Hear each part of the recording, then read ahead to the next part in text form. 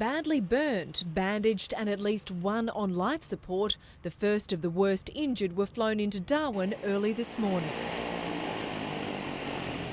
18 hours after the explosion on a boat of suspected asylum seekers off Ashmore Reef, victims were rushed to Royal Darwin Hospital, where a trauma team was on standby to provide urgent treatment amid tight security.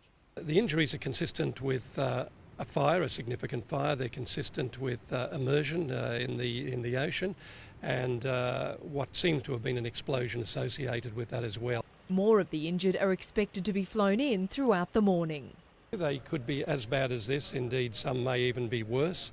While around a dozen walking wounded will arrive by patrol boat around lunchtime. Royal Darwin Hospital is well prepared to deal with victims of disaster. Many of its emergency staff treated the injured from the Bali bombings, although the language barrier is expected to make this effort much more difficult. We go now to Michelle Fraser, who's in Darwin, where police are handling the investigation into the tragedy. Michelle, good afternoon to you. Now, I understand police there have just held a media conference. What exactly have they had to say about this?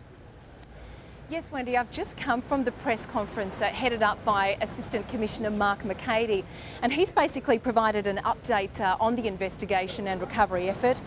2 bodies have been removed from HMAS Albany, and one is coming in as we speak on HMAS Childers. We understand an autopsy will be conducted over the weekend on the 3 bodies. Some survivors who've been brought in today who don't need medical treatment are being taken to a detention-type facility where it's expected they'll be interviewed as part of the coronial investigation. Forensic officers are currently collecting evidence, including clothing from some of the survivors. Whatever the case, it's going to be a massive coronial investigation that they're undertaking.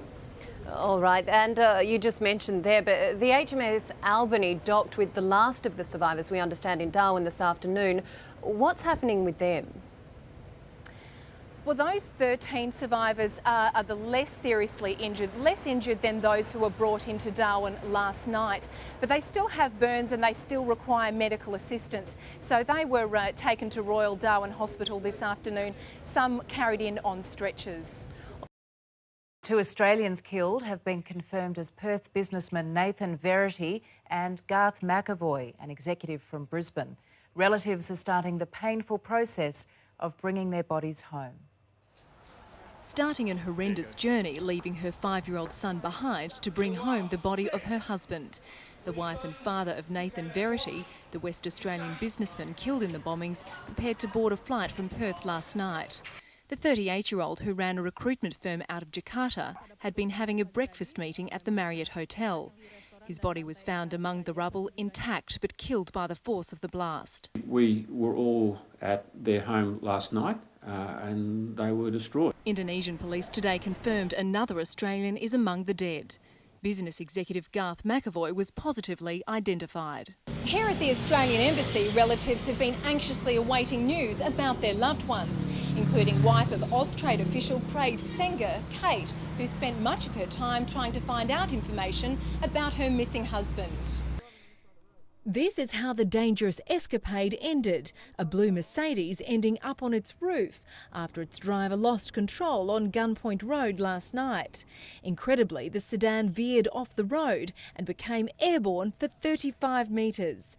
The 24-year-old wasn't wearing a seatbelt and was thrown from the vehicle, which came crashing down on top of him.